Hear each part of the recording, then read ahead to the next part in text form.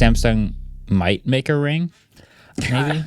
You need to pose the question, because I think we briefly talked about how the Samsung event had like this ring at the end, but then we were getting water the other day and you just said to me, what's the difference between the Samsung ring and the Galaxy Home? Honest question. And I was like, well, the Samsung ring's definitely going to come out. It's like pretty obvious. There's Aura rings. We've seen them all a lot, like blah, blah, blah. And then your argument was... Well, that when the Galaxy Home was announced, there were lots of other home speaker things that existed already. I just feel like there's a surprising amount of parallels. If you just look at the way this ring was announced, I'm not saying it's not coming out. I just think it's funny that there's a lot of parallels between this ring announcement and the Bixby Home. That's what I'm calling it. It's a Galaxy Home. Sure. But the Galaxy Home was like teased at the end of an announcement from some other product. Yeah. And then they had like a bunch of rows of them and you got to see it, but it wasn't working. And I think some people took videos of it, but they couldn't like actually demo it. Yeah. And then it was just gone for a while. And then we saw it at CES. Remember? Like a couple weeks later. It was like on a wall full of them. Yeah. And then guess what? This ring. And then they had it at Samsung Developer Conference, which I went to only to see the Galaxy Home. And it was fully working. They had full units there available to use. Yeah, I made a whole video, a hands-on video from it for Android Authority. One of the few. Yeah, one of the very few. Yeah. And the Galaxy Ring is in the similar position where I think someone got hands-on time with it recently. I think at CES and posted a hands-on article about it. Yeah. But that's not further than the Galaxy Home got yet. I was going to say, it's the same timeline of, number one, it was announced as a blip teaser with no info at the end of a different product announcement. I think it was S24, right? We got this ring at the very end. Mm-hmm. And it was super short. It was like a 10-second circle on the screen. Oh, they're making a ring. Cool. I was just going to say, that was less of a ring, more of like a shadow of a circle. It was a pure teaser. But then, again, at MWC a few weeks later, at a trade show, we got to see them again. Some people got to see the ring, and it was like, okay, it's real. They're going to make it. We don't have any more information about price or how it works or anything like that. Or I don't think we even have a name, but they're going to make a ring, and here we are again. So, yeah, I don't know how much it'll cost or what the features or differentiating things will be, but it does kind of feel like it's the same question mark. This is not dissimilar to AirPower either. It was kind of the like, we've got another cool thing. Yeah. Although AirPower, they didn't even show off. They just like talked about it once, never again, and then years later it was confirmed it was being canned. So the weird thing about Galaxy Home is Samsung never addressed it.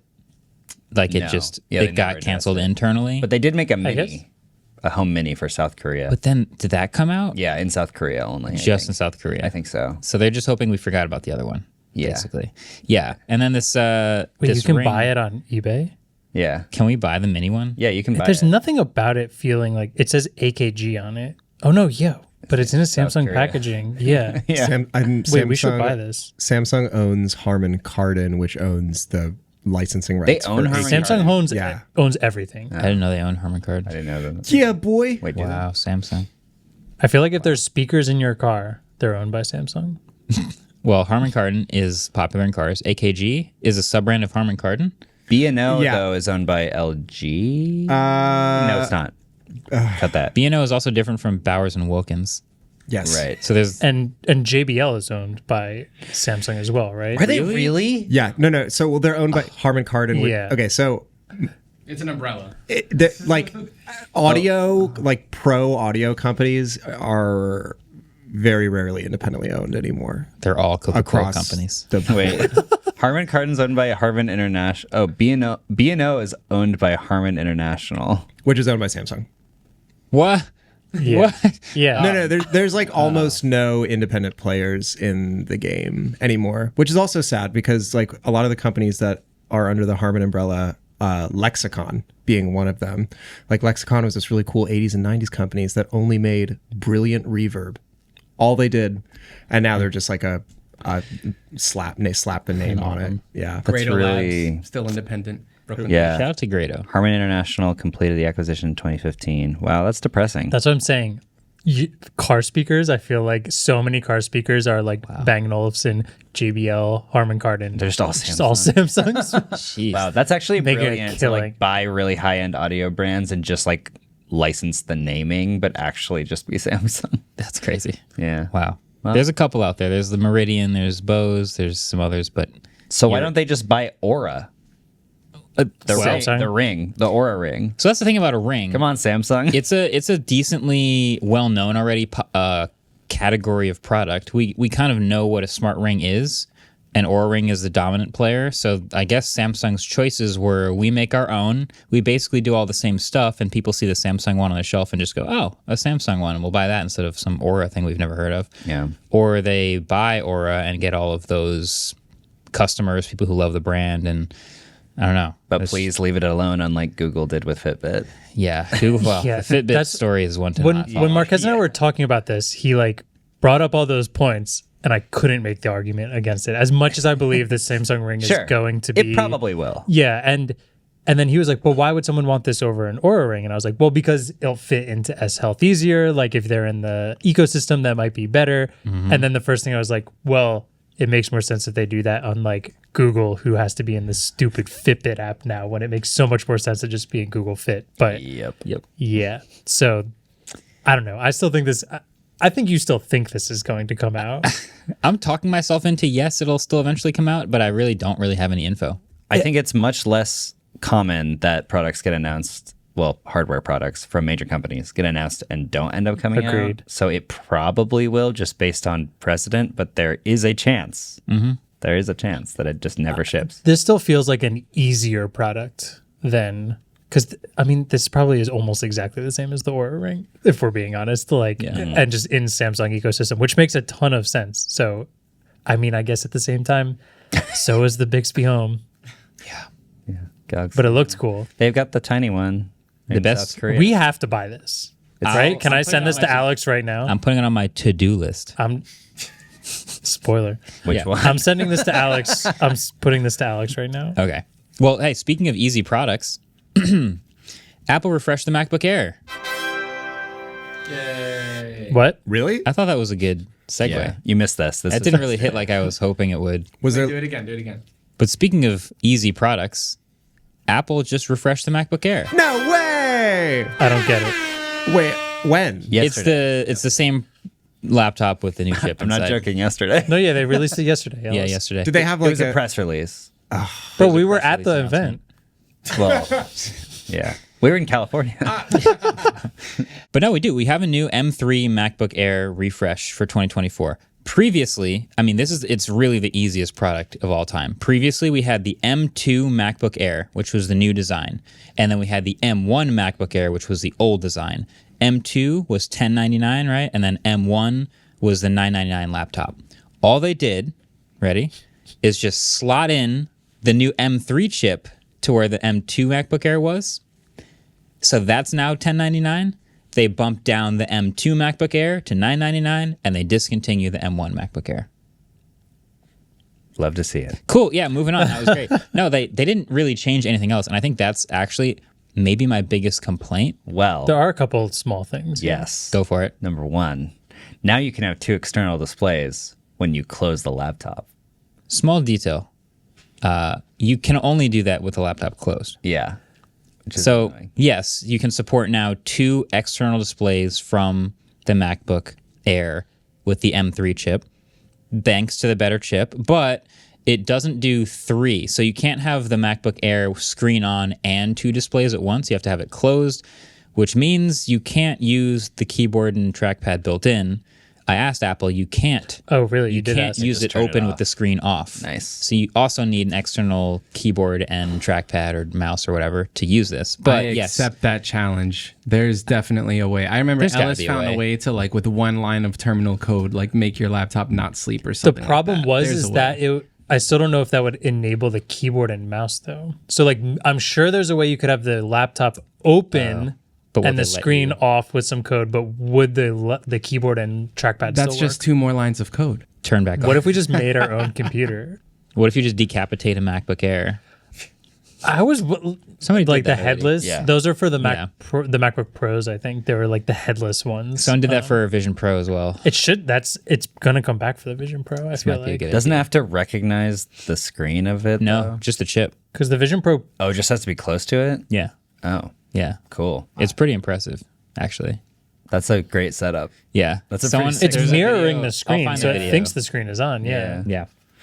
Yeah. Other change, they added an anodization thing to the midnight color, so it gets less fingerprints, so it's more like the midnight black M3 MacBook Pro. Ooh. So less fingerprints on the midnight. And there's also Wi-Fi 6E. Wow. Nice. It's a riot. This is getting to the point where every time like one of these gets released, it's just cool that you can get the previous version cheaper. Like I always thought when the M2 came out that $1099 was like, it's kind of pricey for that laptop, and I think they still kept the M1 around for $999, but when you see the old design for $999 and then you see the new design sitting next to it, I think Apple big jump. Like Apple's big thing is there's a base price, but you don't want the base price one. You want the $999 entry point for a Mac, for the Mac laptop, MacBook Air, would immediately be right next to the new design for $1099. Yeah. So I always thought that one was a little overpriced. So now that one's $999, I think that's great. I will also say the graphics update from M2 to M3 is fairly substantial. It is big. So for $100, I probably would go with the M3. Is it? It really will be all about what you're doing on the laptop. Yeah. That's what I was going to say. If you're caring about that much, are you looking at an Air or a Pro? Well, I mean, if you have a 15-inch Air that you just like mostly want to use for productivity, but every now and then get a couple games of Dota 2 in. Do you think it's worth the GPU advantage? For $100? If you're gonna, if you are actually going to do that once in a while, yes. Yeah. But some people will never do that. That's true. Like some people get the laptop and they're like, yeah, this is the one that I do taxes on and like web browsing and emails, and they're never going to try to do anything GPU intensive, and they should get the $999 laptop and be fine. It is like a kind of $1,000 is still expensive despite being cheaper, but if someone's willing to spend $1,000, that M2 MacBook Air just feels like the easiest laptop to recommend to someone who's not like a computer person. Definitely. To that relative that's like, what laptop should I get? And what you could do is you could get the M2 but upgrade it to the 512 gigabytes of storage for $200. So you're paying a little bit more than the baseline M3, but it's only a little bit. But only 8 gigs gonna of RAM though. Talk about that? Yeah. The RAM. It starts at 8 gigs of RAM and 256 gigs of storage. My phone doesn't start at that. I'm pretty sure that's a fair Galaxy. Fair point. I mean, it's $1,000 phone, but the S24 Ultra has more RAM and storage. Oh, wait, the phone's more expensive. Yeah, that's also kind of wild to think. Complicated, and there's been a lot of discourse around this because MacBook memory, because it's on chip, is so freaking fast that swap memory is really, really good. And for a long period of time when the M1s first came out, it was like, you don't need anything above the base model because the swap memory is so good, which is mostly true, except for the fact that if you use swap memory a lot, you're reading and writing to those cells way more, and the longevity of your hard drive is going to go way down. I honestly don't mind the argument for like lighter users. Yeah. I just think 256 gigs of total storage from a lighter user could be pretty quickly filled up. Maybe. If you have like a bunch of iCloud photos backing up. Well, I don't know if you remember this, but my sister had texted me and been like, hey, I just got a great deal on a Mac Mini, the 8 gigabyte Mac Mini. And there was just a deal that came out where the 16 gig of RAM version with the 256 gig of storage version, or whatever the second tier storage version was, like only $50 more than the base model for like a week. And I was like, oh, you just bought it, return it and buy the double storage version for barely any more money. And she was like, no. And I was like, but it's $50. And she was like, but I'm never going to fill up 128 gigs. And I was like, how is that possible? Some people is that possible? Some people just never fill up 128 gigs. And you know what? Respect. Yeah. Respect to them. No, she's like, all my photos are in the cloud. I don't keep files on my computer at all. I do everything in a web browser, and I'm just like, man, Chromebook life. Literally. Yeah, that's totally fair. But yeah, there are people who will quickly fill it up. Yeah, they'll download a movie, they'll play one game, they'll just blast through 256 gigs of storage. They'll stream a movie. Yeah, and I don't know. It's definitely a conversation. I don't know if that's worth a whole video or whatever, but it is fascinating because Apple loves to push you up the price ladder with like, yeah, the baseline version is a nice tempting price, but Here's the next option. Here's the next one. It the is. next one. The next one's a good deal, but if you get that one, it's only $100 more to the next one. Yeah. It's the pie on the windowsill, just like Yeah. comes 1 terabyte this way. Oh, but for $50 more, you could get the Pro. But now you're back to 8 gigs. And you're like, "Argh." Start the ladder again. Yeah. Yeah. Anyway. That is a remarkably low amount of RAM and storage. Yeah. Yesterday, Rivian posted the R2 is 2 days away, and everyone was like, "Why didn't you just say it's R2 days away?" Missed opportunity. Just call the title of the episode Rivian's new cars, Our Thoughts. Or just our thoughts on R2. Our thoughts on Our R2. thoughts on R2 and R3. Podcast viewers are watching us. Just come to parentheses this live. and R3. Double parentheses and R3X. Apparently, Andrew is forcing me to say like and subscribe. Like and subscribe. You should, though.